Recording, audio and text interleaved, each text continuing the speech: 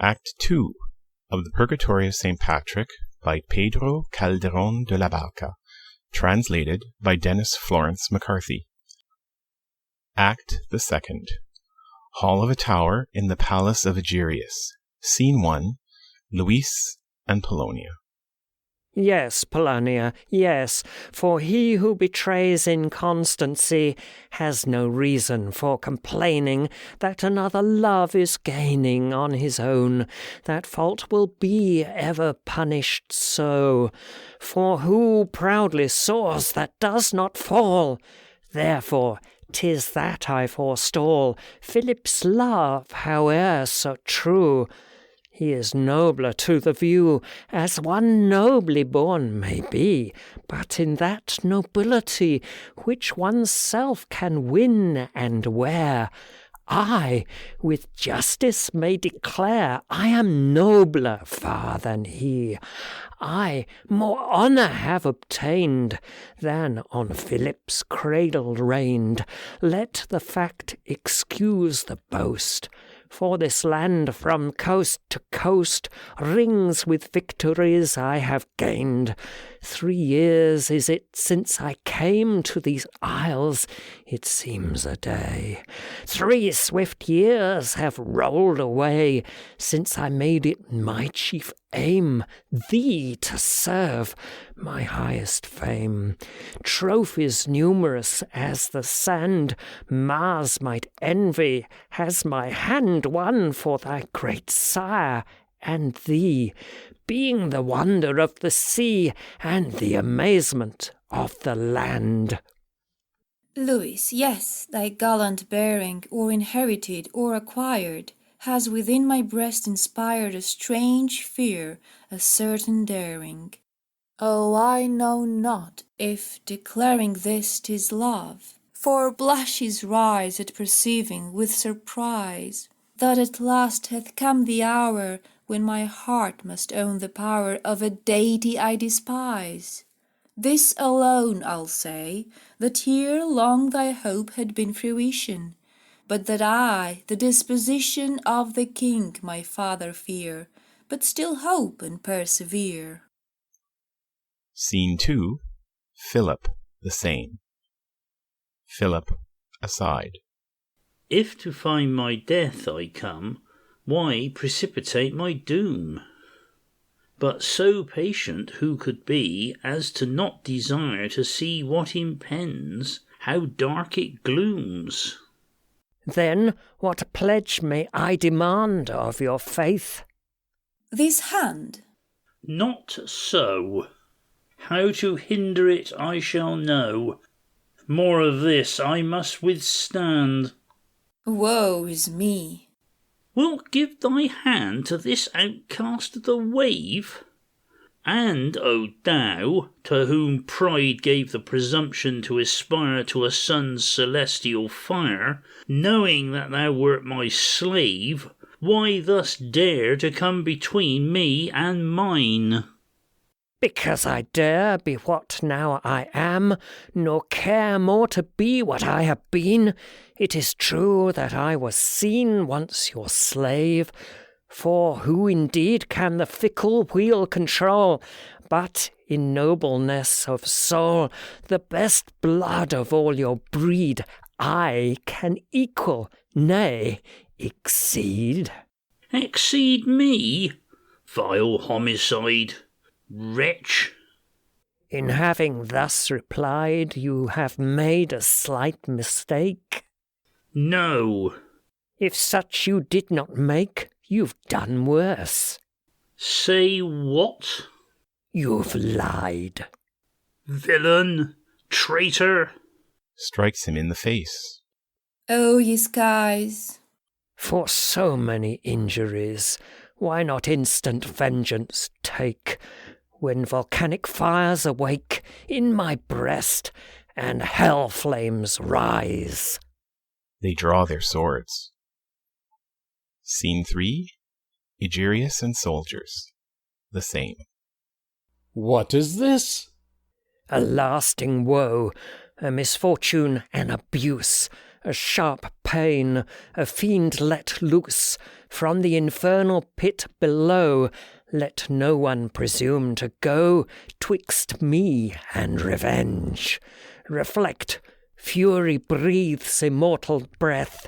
Vengeance has no fear of death, nor for any man respect. I my honour must protect. Seize him. Let the man who sighs for his death obey.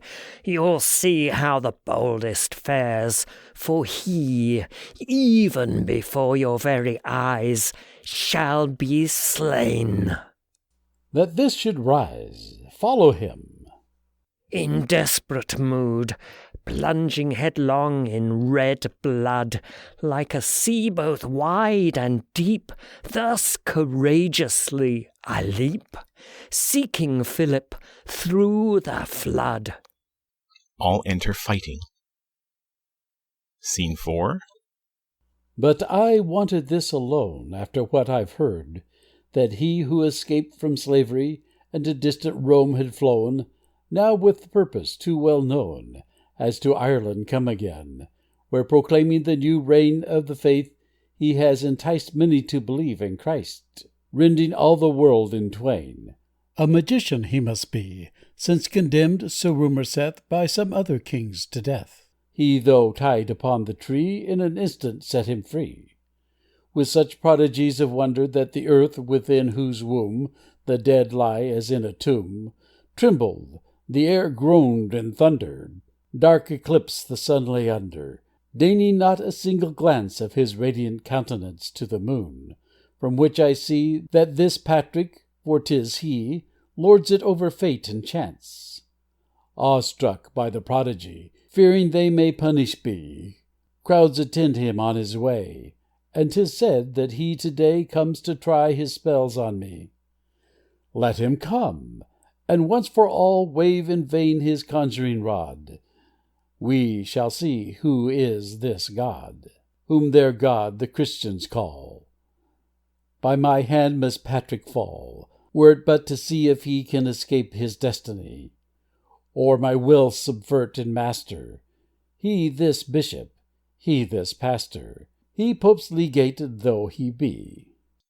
Scene 5. The captain, soldiers, Luis a prisoner, the king. Louis, sire, without delay we secured, but not before he killed 3 and wounded more of our company. Christians say, why do you no fear display, seeing now in angry mood my hand raised to shed your blood? But in vain do I deplore, since he this deserves and more who has done a Christian good. Gifts, not chastisement, should be thine to-day, for it is plain it is I should feel the pain for conferring good on thee.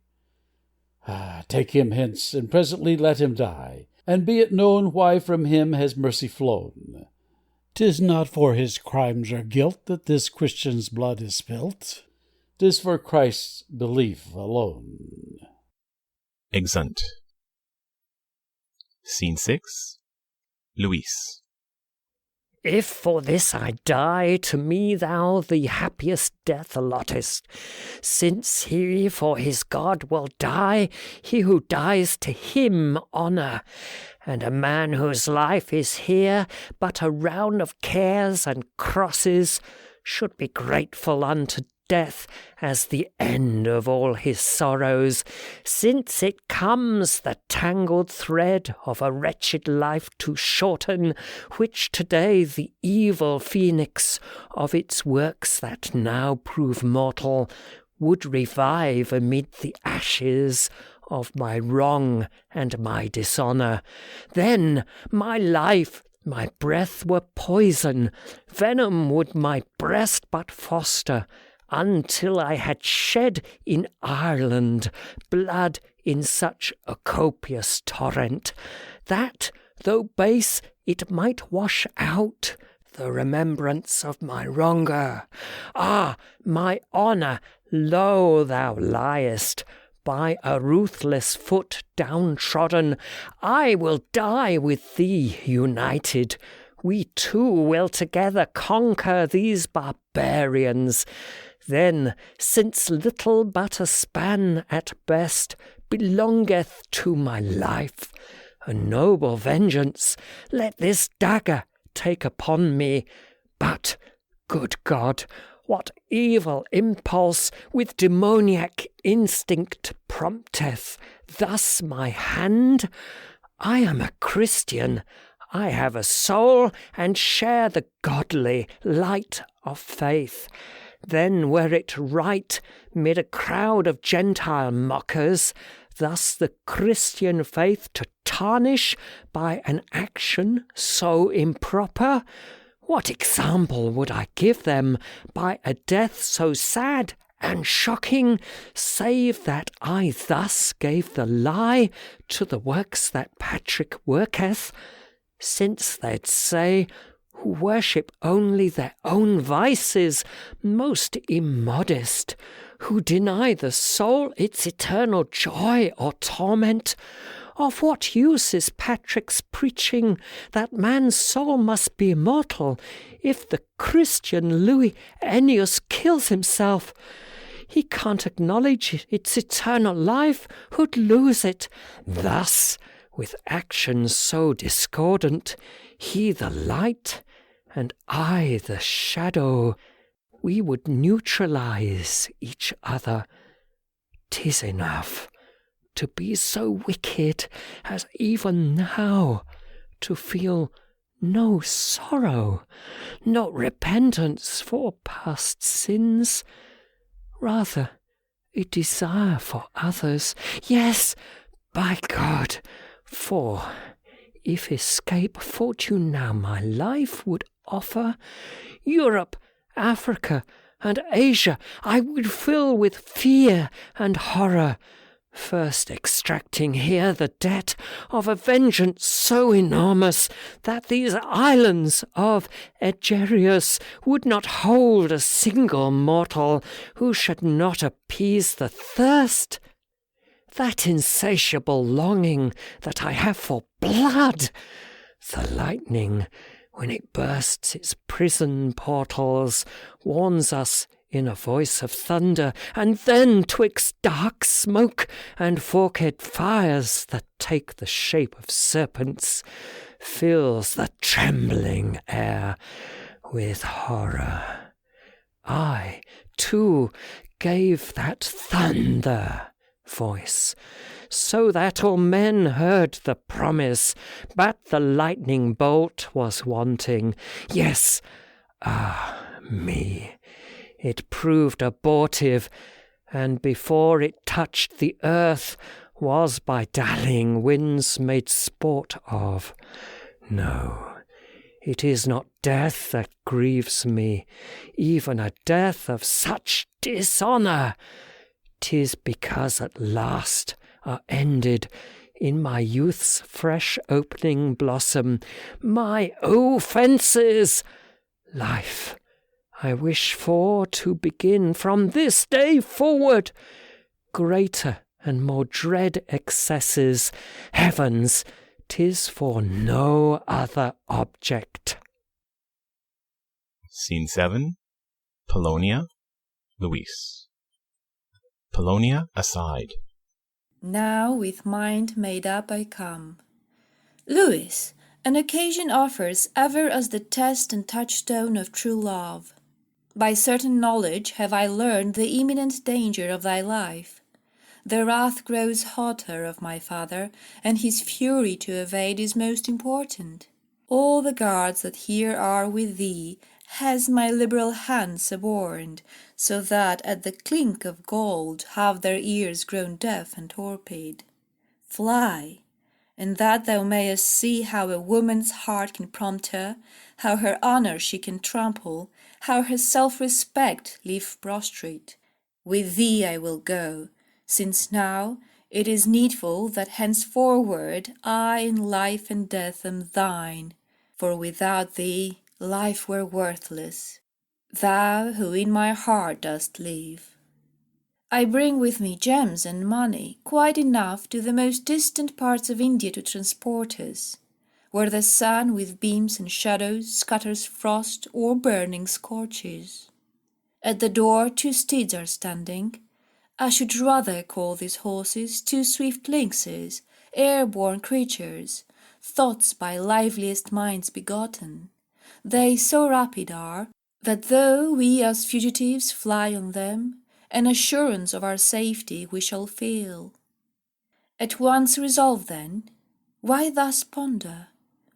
What delays thee? Time is pressing, therefore shorten all discourse, and that mischance which disturbs love's plans so often may not offer an obstruction to so well prepared a project, first before thee I will go. Issue, while in specious converse I divert thy guards, and give to thy coming forth a cover. Even the sun our project favours, which amid the west waves yonder, sinking, dips his golden curls to refresh his glowing forehead. Exit. Scene 8. Luis. A most opportune occasion to my hands has fortune offered, since heaven knows that all the show of apparent love and fondness which I proffered to Polonia was assumed, it being my object she should go with me where I, seizing on the gold and costly gems she carries, so might issue from this Babylonian bondage. For although in my person was esteemed and duly honoured, still 'twas slavery after all, and my free wild life was longing for that liberty, heaven's best gift, which I had enjoyed so often, but a great embarrassment and a hindrance were a woman, for the end I have in view, since in me is love, a folly that never passes appetite, which, being satisfied, no longer care I for a woman's presence, how so fair or so accomplished, and since thus my disposition is so free of what importance is a murder more or less, at my hands must die Polonia, for her loving at a time when there's no one loved or honoured. Had she loved as others love, then she would have lived as others. Exit. Scene 9. The captain, then the king, Philip and Leogar. The sad sentence of his death have I come, by the king's orders, here to read to Luis Enius. But what's this? The door lies open, and the tower deserted. Ha! Soldiers! No one answers. Ho, there! Guards, come hither! Treason! Treason! Enter the king, Philip, and Leogar. Why these outcries? This commotion, what is this? That Luis Enius has escaped, and from the fortress all the guards have fled. My lord, I saw, entering here, Polonia. Heavens! Beyond all doubt 'twas she who released him. That her lover he dared call him you well know. Jealousy and rage provoke me to pursue them. A new Troy will today be Ireland's story. Exit. Give me too a horse. In person I these fugitives will follow. Ah, what Christians are these two, who with actions so discordant, one deprives me of my rest, and the other robs my honour. But the twain shall feel the weight of my vengeful hands fall on them, for not safe from me would be even their sovereign Roman pontiff. Exeunt. Scene 10. A wood at whose extremity is Paul's cabin. Polonia flying wounded, and Luis with a naked dagger in his hand. Oh, hold thy bloody hand! Though love be dead, let Christian faith command. My honour take, but oh, my poor life spare! That suppliant at thy feet pours out its humble prayer. Hapless Polonia, since creation's hour beauty has ever one unvarying dower. It brings misfortune with it. It is this, makes beauty rarely live long time with bliss. I, who less pity feel than any headsman who e'er held to death's steel, may by thy death procure my life, since with it I will go secure. If thee I bring where fortune's hand may guide me, I bring the witness of my woes beside me, by whom they may pursue me, track me, discover me, in fact, undo me, if here I leave thee living. I leave thee angry, vengeful, unforgiving, leave thee, in fact, to be one enemy more. And what an enemy! Thus equally I grieve thee, thus evil do whether I take or leave thee. And so 'tis better thus, that I, a wretch, cruel and infamous, false, impious, fierce, abandoned, wicked, banned, by God and man, should slay thee by my hand, since buried here within the rustic entrails dark and drear of this rude realm of stone, my worst misfortune shall remain unknown. My fury, too, shall gain a novel kind of vengeance when thou'rt slain, remaining satisfied that Philip too by the same stroke has died, if in thy heart he lived, and then mine ire will need no victim more, except thy sire. Through thee first came my first disgrace, the cause of all my shame, and so the first of all on thee my vengeful strokes shall furious fall. Ah me, my fate pursuing, I have but only worked my own undoing, like the worm that by its subtle art spins its own grave. Hast thou a human heart? I am a demon, so to prove it, die thus. God of Patrick, listen to my cry. He stabs her several times, and she falls within. She fell on flowers, there sowing, both lives and horrors in her blood outflowing. Thus now with greater ease I can escape and carry o'er the seas in many a gem and chain, treasure enough to make me rich in Spain, until so changed by time, disguised by wandering in a foreign clime, I may return to reap my vengeance. For a wrong doth never sleep, but whither do I stray, treading the shades of death in this dark way? My path is lost. I go whither I do not know, perchance escaping from my prison bands, to fall again into my tyrant's hands. If dark night doth not my sight deceive, yonder a rustic cabin I perceive. Yes, I am right, I'll knock, I can't much err, they'll know the way. He knocks. Scene 11. Paul and Lucy. Luis. Lucy within. Who's there? A traveller, benighted, his way lost, confused, distressed, good worthy husbandman, disturbs thy rest? Lucy within. Oh, Juan, how you snore! Awake! There's someone knocking at the door. Paul within. Why, I am well enough here in my bed. He knocks for you, so answered him instead. Lucy within. Who's there? A traveller, I say. Paul within. A traveller? Yes. Paul within. Then travel on, I pray. This cabin is no inn, sir, not a bit. I'm getting weary of this fellow's wit.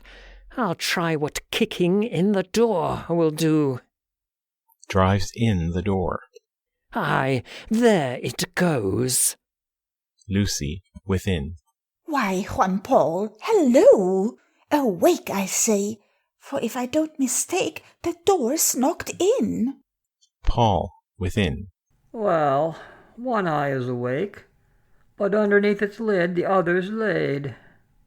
Come with me, Lucy, for I'm sore afraid. Enter Paul and Lucy. Who's there? Be silent, peasants, and attend if you would not now your lives should end.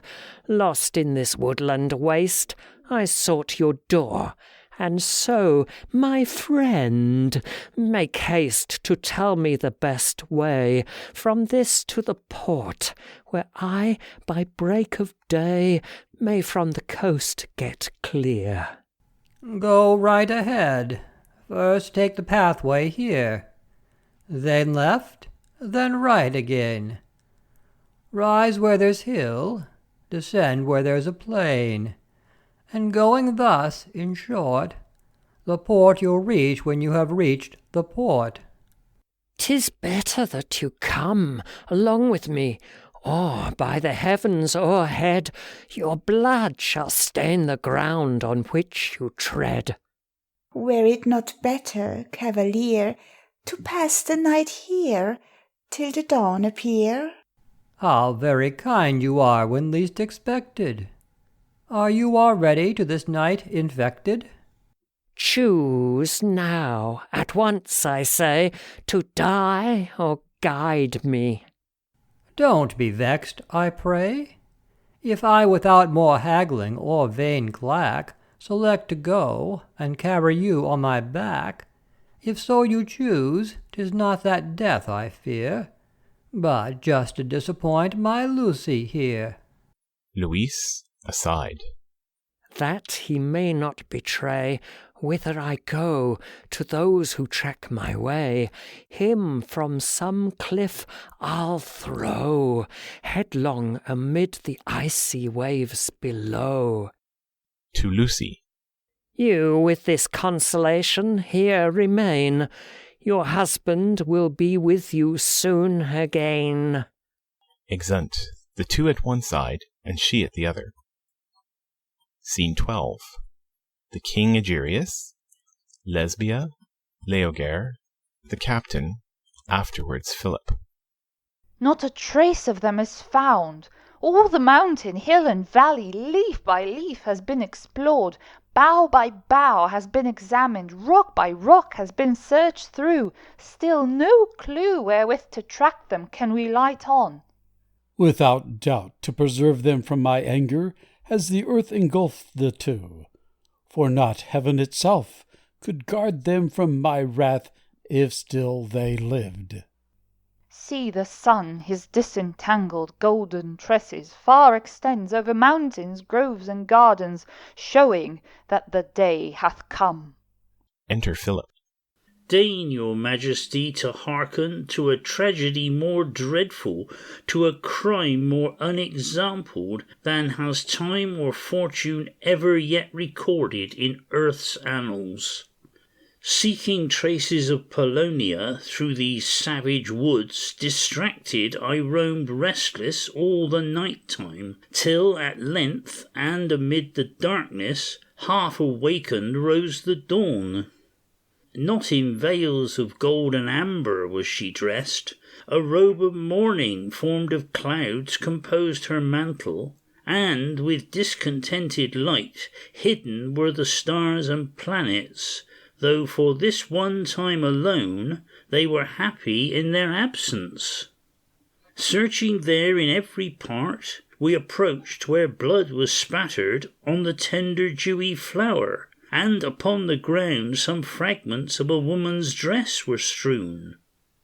By these signs once attracted, we went on, till at the foot of a great rock o'erhanging, in a fragrant tomb of roses, lay Polonia, dead and stabbed there.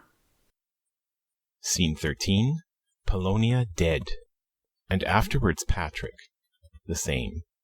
Turn your eyes, and here you see the young tree of beauty blasted, pale and sad the opening flower, the bright flame abruptly darkened. See here loveliness laid prostrate, see warm life here turned to marble, see, alas, Polonia dead. Philip, cease. Proceed no farther. For I have not resignation to bear up with any calmness 'gainst so many forms of wrong, 'gainst so many shapes of sadness, 'gainst such manifold misfortunes. Ah, my daughter, ah, thou hapless treasure fatally found for me.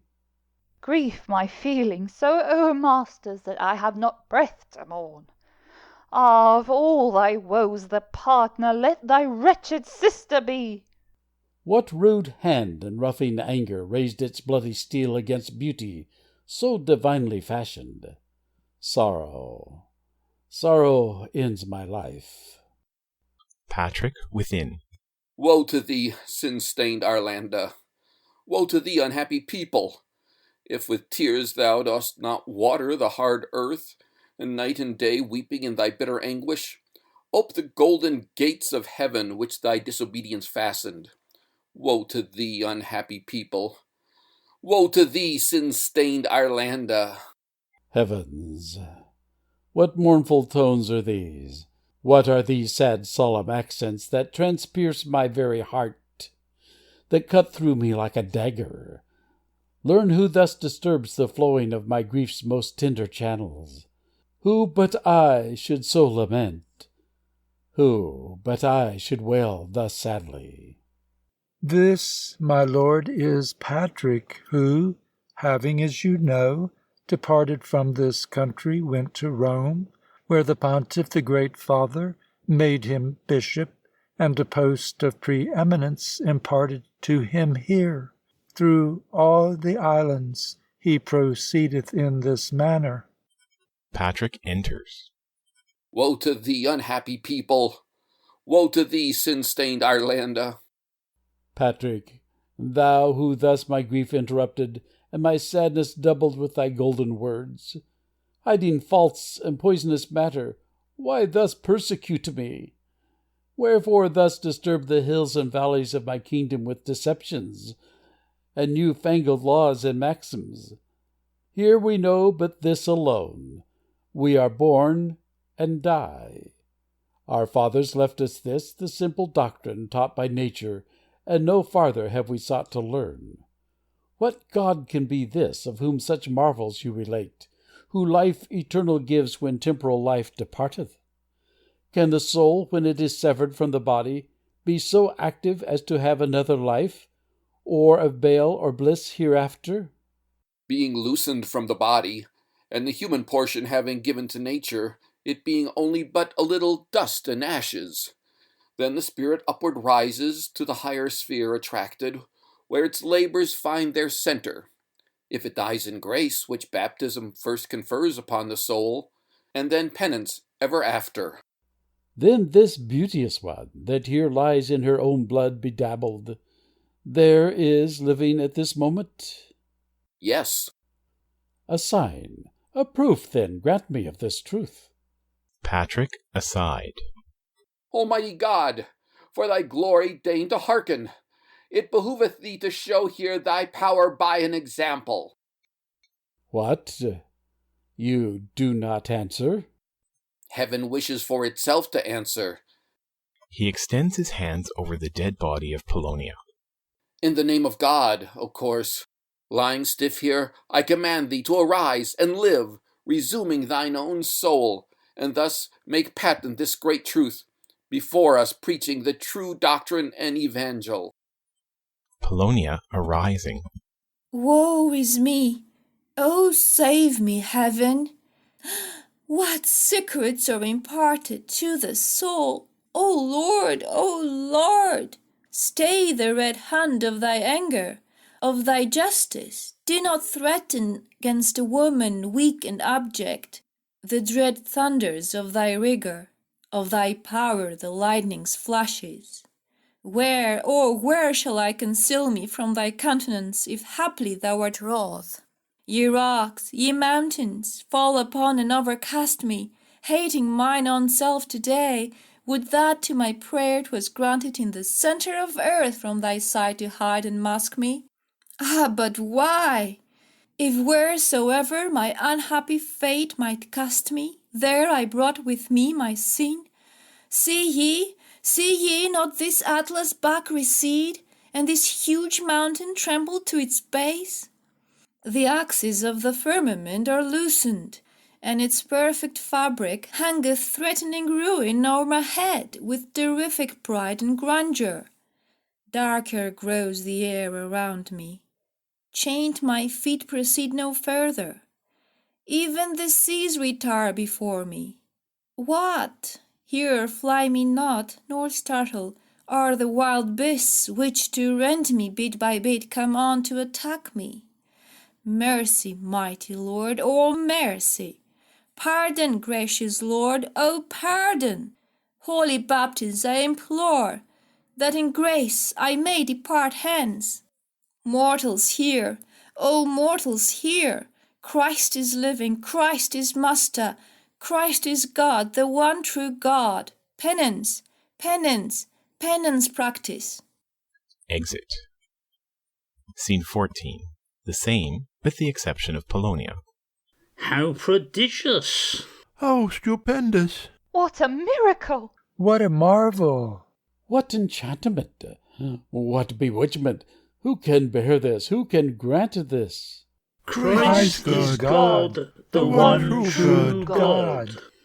What a bold deceit is practised here, blind people, to deceive you in the making of these marvels, which you have not sense to see, are in an outward show but acted, and within are fraud. However, that the truth be now established, I will own myself convinced, if in argument shall Patrick prove his case, and so attend as the grave dispute advances. If the soul was made immortal, it could never be inactive, even for a single moment. Yes, and every dream that passes proves this truth, because the dreams that engender numerous phantoms are discourses of the soul that never sleeps. And as these shadows simulate the imperfect actions of the senses, a strange language and imperfect is produced.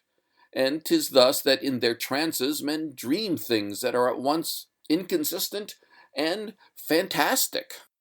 Well then, this being so, I ask, was Polonia, when this happened, dead or not? For if but only in a swoon, what mighty marvel then was done? But this I pass. If she really had departed, then to one of the two places, heaven or hell, so named, O Patrick, by yourself, it must have gone. If it was in heaven, 'twas hardly merciful in God to send it back into this world to hazard a new chance of condemnation, when 'twas once in grace, and happy this is surely true. If, likewise, it had been in hell, 'tis adverse to strict justice, since it were not just that that which by its badness once had earned such punishment should again be given the chances of regaining grace. It must, I presume, be taken as granted that God's justice and his mercy cannot possibly be parted. Where, I ask then, was her soul? Here, Egarius, the answer. I concede that for the soul, sanctified by holy baptism, heaven or hell must be its goal, out of which by God's commandment, speaking of his usual power, it can never more be absent. But if of his absolute power there is question, God could drag it even from hell itself. But this is not what we have to argue. That the soul doth go to either of those places must be granted when 'tis severed from the body, once for all by a mortal absence, to return to it no more. But when otherwise commanded to it to return, it waiteth in a certain state of passage, and remains as 'twere suspended in the universe, not having any special place allotted. For the almighty mind, forecasting all things, when from out his essence, as the exemplar, the fair pattern of his thought, this glorious fabric, he brought forth the light and gladness.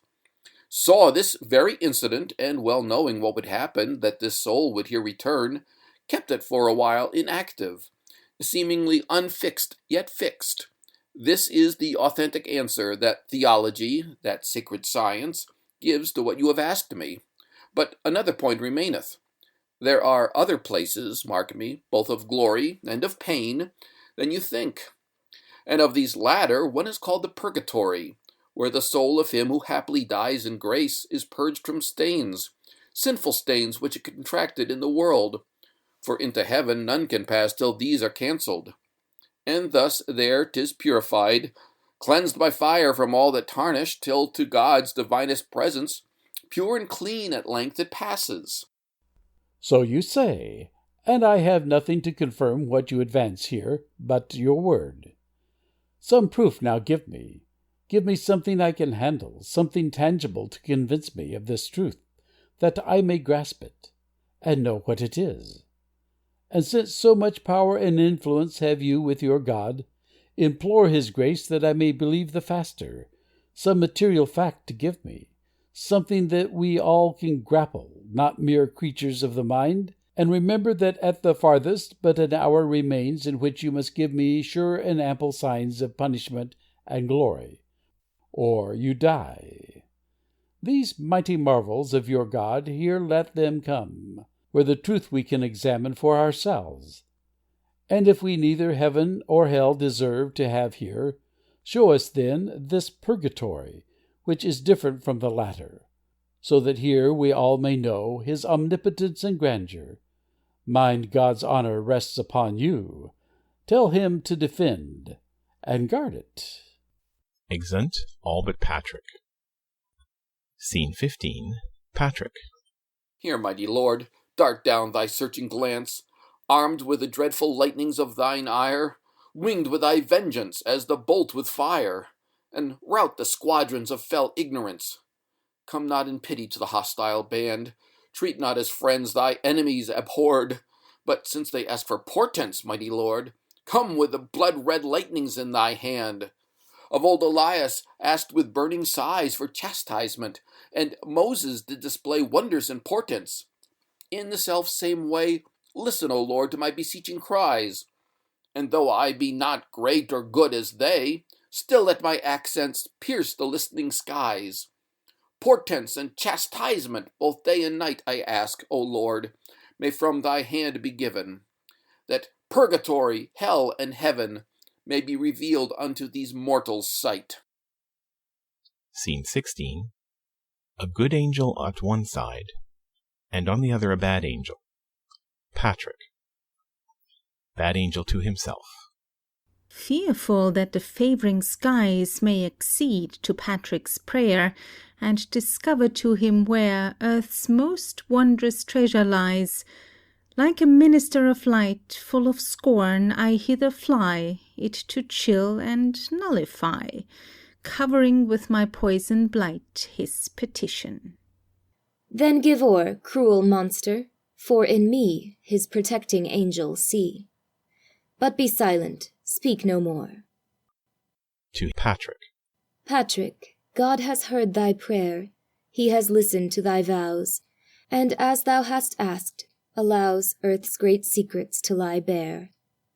Seek along this island ground for a vast and darksome cave, which restrains the lake's dark wave, and supports the mountains round. He who dares to go therein, having first contritely told all his faults, shall there behold, where the soul is purged from sin.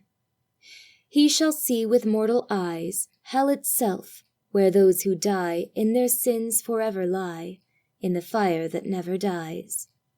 He shall see in blessed fruition where the happy spirits dwell, but of this be sure as well, he who without due contrition enters there to idly try what the cave may be, doth go to his death, he'll suffer woe, while the Lord doth reign on high, who thy soul this day shall free from this poor world's weariness.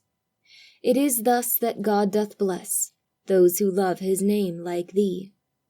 He shall grant to thee in pity bliss undreamed by mortal men, making thee a denizen of his own celestial city. He shall to the world proclaim his omnipotence and glory, by the wondrous purgatory which shall bear thy sainted name.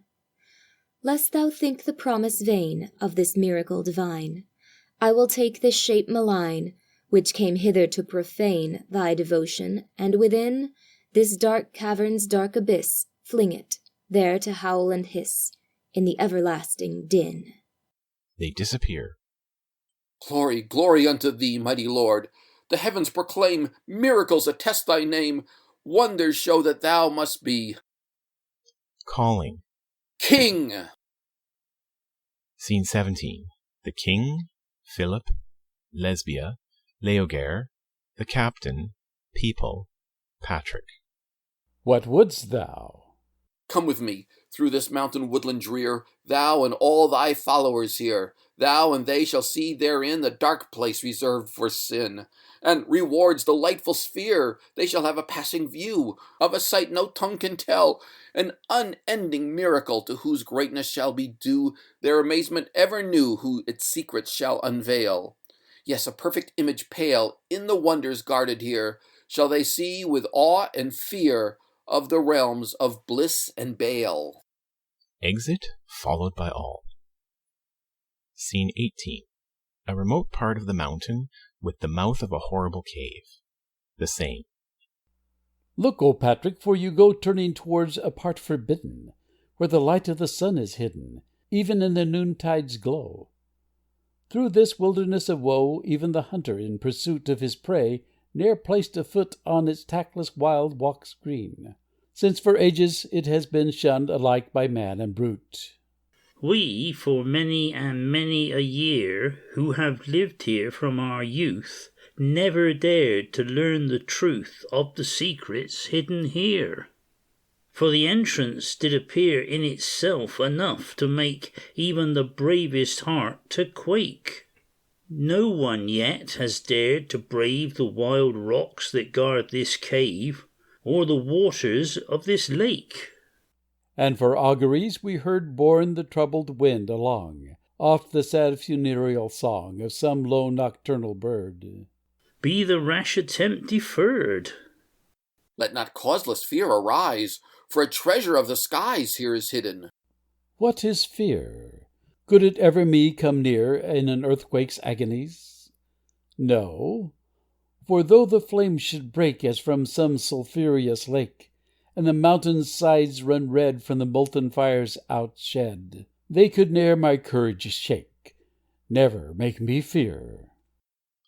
Scene 19. Polonia. The same. Oh, stay! Wandering from the path astray, hapless crowd, rush indiscreet. Turn away your erring feet, for misfortune lies that way. Here from myself with hurried footsteps flying, I dare to tread this wilderness profound, beneath the mountain whose proud top defying the pure bright sunbeam is with huge rocks crowned, hoping that here, as in its dark grave lying, never my sin could on the earth be found, and I myself might find a port of peace, where all the tempests of the world might cease. No polar star had hostile fate decreed me, as on my perilous path I dare to stray.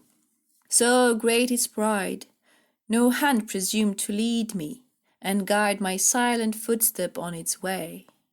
Not yet the aspect of the place has freed me from the dread terror, anguish, and dismay, which were awakened by this mountain's gloom, and all the hidden wonders of its womb. See ye not here this rock some power secureth, that grasps with awful toil the hillside brown, and with the very anguish it endureth, age after age seems slowly coming down. Suspended there with effort it obscureth a mighty cave beneath, which it doth crown. An open mouth the horrid cavern shapes, wherewith the melancholy mountain gapes.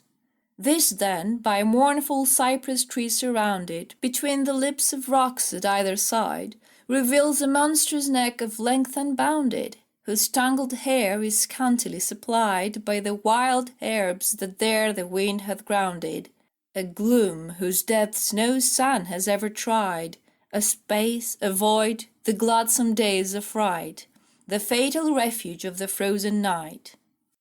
I wished to enter there to make my dwelling within the cave, but here my accents fail, my troubled voice against my will, rebelling, doth interrupt so terrible a tale.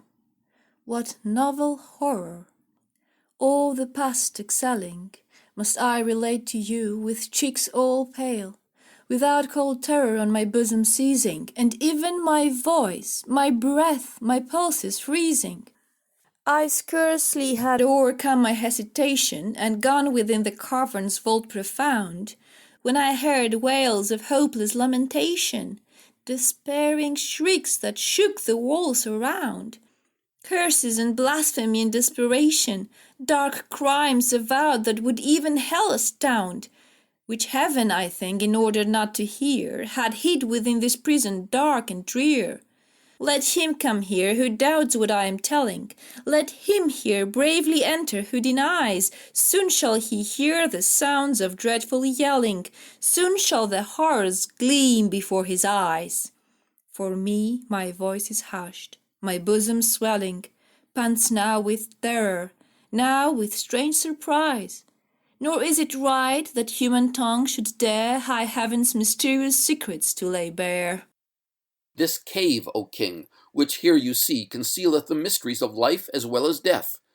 Not, I should say, for him whose bosom feeleth no true repentance, or no real faith, but he who boldly enters, who revealeth his sins, confessing them with penitent breath, shall see them all forgiven, his conscience clear, and have alive his purgatory here. And dost thou think, O Patrick, that I owe my blood so little as to yield to dread, and trembling fear like a weak woman show? Say, who shall be the first this cave to tread? What's silent, Philip? Sire, I dare not go. Then, Captain, thou? Enough to strike me dead is even to thought. Leogaire, thou'lt surely dare? The heavens, my lord, themselves exclaim, forbear. Oh, cowards, lost to every sense of shame, unfit to gird the warrior's sword around your shrinking loins. Men are ye but in name. Well, I myself shall be the first to sound the depths of this enchantment, and proclaim unto this Christian that my heart unawed nor dreads his incantations, nor his God. Egerius advances to the cave, and on entering, sinks into it with much noise. Flames rise from below, and many voices are heard. How terrible! How awful! What a wonder! The earth is breathing out its central fire. Exit.